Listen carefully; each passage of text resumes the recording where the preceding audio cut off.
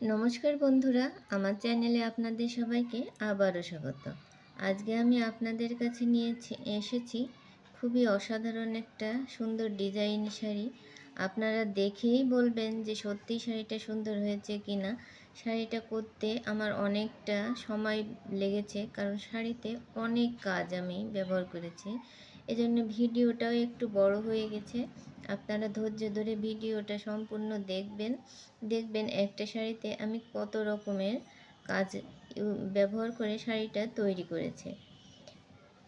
অনেক রকমের কাজ ব্যবহার করে শাড়িটা তৈরি করেছি বলেই শাড়িটা দেখতে হয়তো এতটা সুন্দর হয়েছে। তো আমি আজকে জলপাই কালারের বা লেমন কালারও বলতে পারেন, লেমন কালারের একটা সেমি মসলিন শাড়িতে হাতের কাজ করব। এটা একটা কাপল ড্রেস তৈরি হবে, এর সাথে পাঞ্জাবিও তৈরি হবে, তার ভিডিও আমি দেব। আমি শাড়িটাতে প্রথমে পার করে নিচ্ছি। পার করার জন্য আমি প্রথমে একটা আলপনা ডিজাইন এঁকে নিচ্ছি।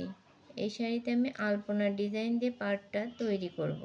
সাদা রং দিয়ে আমি আঁকা বাঁকা দাগ দিয়ে নিয়েছি, আর যে খয়েরি কালারটা আছে সেই কালারটাকে আমি একটু পাতলা করে কলকা কলকা করে দিচ্ছি। দেখুন পুরো পাড়টা তৈরি হওয়ার পর এরকম দেখতে হচ্ছে। এবার আমি যে মাঝে যে ফাঁকা অংশটা আছে ওখানে আমি এক একটা করে সাদা ফুল দিয়ে দেব। আমি সাদা কালারের ফুল ইউজ করছি।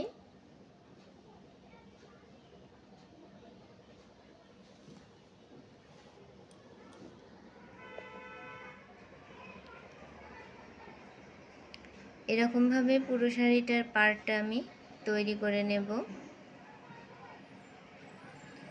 বন্ধুরা, আমার এই ভিডিওটা যদি আপনাদের কাছে ভালো লাগে তো অবশ্যই লাইক করবেন, কমেন্ট করবেন, বেশি বেশি শেয়ার করবেন, সাবস্ক্রাইব করে পাশে থাকা বেল বাটনটি অন করে দেবেন, যাতে সবার আগে ভিডিওর নোটিফিকেশান আপনাদের কাছে পৌঁছে যেতে পারে। আমার একটা বিজনেস পেজ আছে, মাধুরিস ক্রিয়েশন। সেখানে আমি সমস্ত হাতের কাজের অর্ডার নিয়ে থাকি। কেউ যদি আমার কাজ ভালো লাগে এবং আমার কাছ থেকে কাজ করিয়ে নিতে চান তো ইনবক্সে অর্ডার করবেন। এবার আমি ফুল এঁকে নিচ্ছি। আমি আজকে যে ফুলটা তৈরি করছি এটার নাম হলো লিলিয়াম ফুল। খুব সুন্দর দেখতে এই ফুলটা। আসলে হাতের কাজের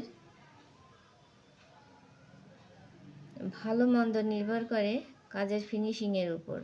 এই ফুলটা তৈরি করার সময় দুই রং ইউজ করব। আমি প্রথমে সাদা রং দিয়ে চারিপাশটা করে নিচ্ছি এবং মাঝখানে লাল রং দেব। লাল রংটা দিয়ে সাদা রঙের সাথে সুন্দর করে মিশিয়ে দিতে হবে। একটু ধৈর্য ধরে না করলে হাতের কাজের ফিনিশিংটা ভালো আসে না। দেখুন আমি প্রথমে ভিতরে আবার লাল রংটা দিয়ে দিচ্ছি। এরপর আস্তে আস্তে আমি একটু সময় নিয়ে এটাকে সুন্দর করে ব্লেন্ড করে মিশিয়ে দেব। একটু ধৈর্য ধরে না করলে এই মিশানোটা ভালো হবে না এবং কাজটাও উঁচু নিচু হয়ে যাবে, দেখতেও ভালো দেখা যাবে না। হাতের কাজে একটা ধৈর্যের বিষয়, ধৈর্য ধরে একটু সময় নিয়ে না করলে কাজ ভালো হয় না, তাড়াহুড়ো করলে কোনো কাজই ভালো হয় না।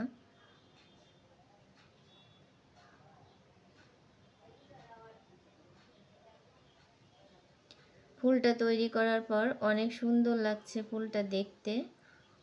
আমি ফুলগুলো একটু বড় বড় করে তৈরি করে নিয়েছি।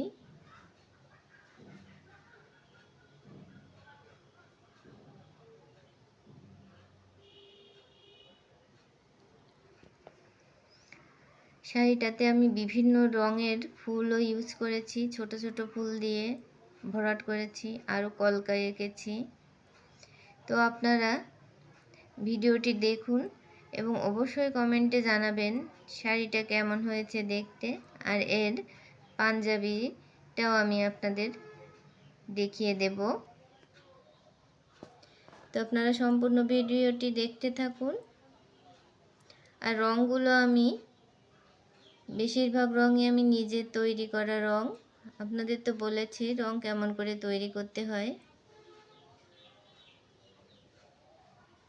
আর যদি রঙ তৈরি করতে না চান, কষ্ট মনে হয়, তো রেডি কালার তো বাজারে সব সময় পাওয়া যায়। আর কষ্টও কম, রেডি কালারের কালার চয়েস করে কিনে এনে আপনি সহজে তৈরি করে নিতে পারেন।